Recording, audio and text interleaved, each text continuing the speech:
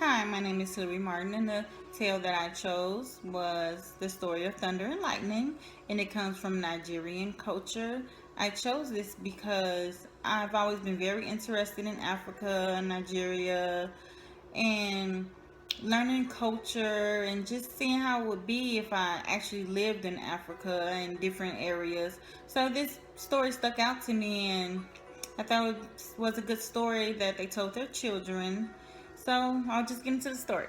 So the story starts off with Thunder and Lightning, and Thunder is the mother. She's also a sheep, and Lightning is a ram, her son.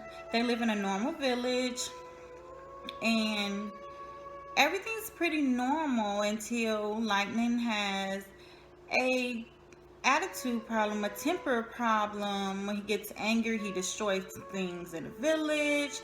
He doesn't have any respect for other people. He breaks things when he's upset, when he gets angry. And his mother always tries to chastise him about it, but it's always too late because it's always after the fact of him getting angry and going on a temper tantrum. So eventually, the villagers get upset and tell the king. The king goes to Lightning and his mom and tell him that they need to move to the edge of the village. And they do this without a problem because it's their culture, but it does little good. Lightning still gets upset. He still throws temper tantrums. He's still destructive.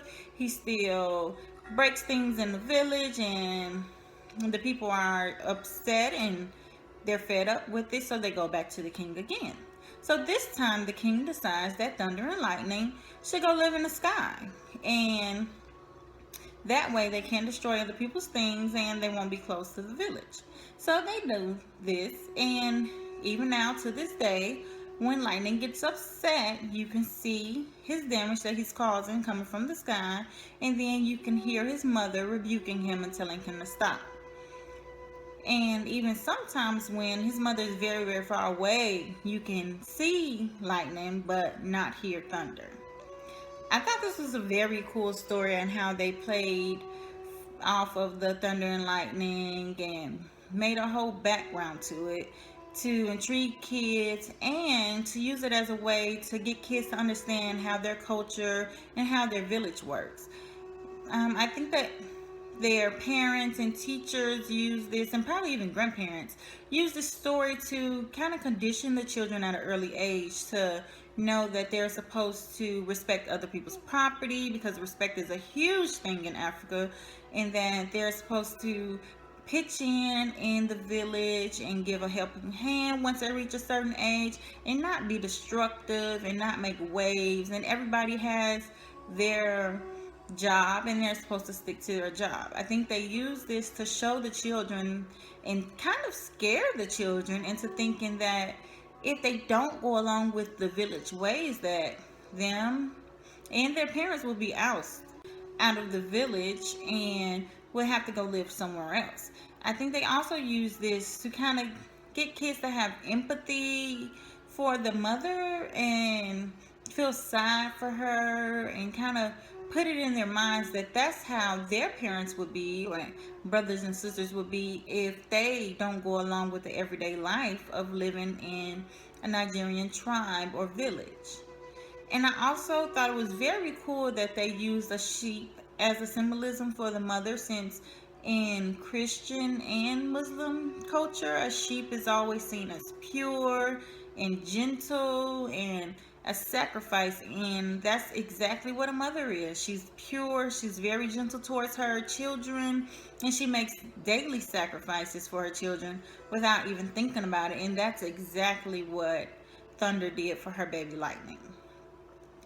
I also think they use this story to kind of tie their ancestry into with gods and goddesses, because Africans, even ones that are Christians and Muslims, they keep the belief that their heritage came from gods and goddesses.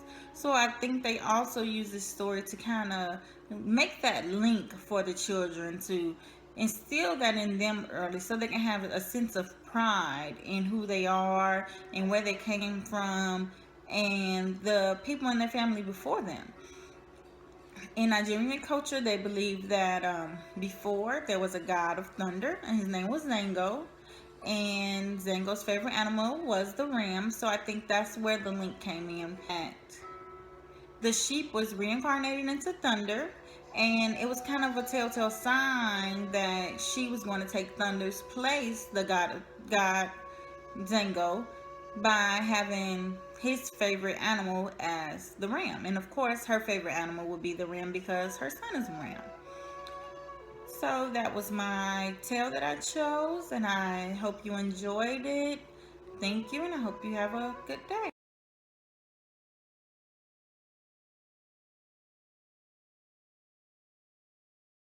Hello, my name. The story starts off with the story I chose. The story I chose was a story I chose was the and how my life would have been if I didn't. Hi. And their parents will be ousted out of the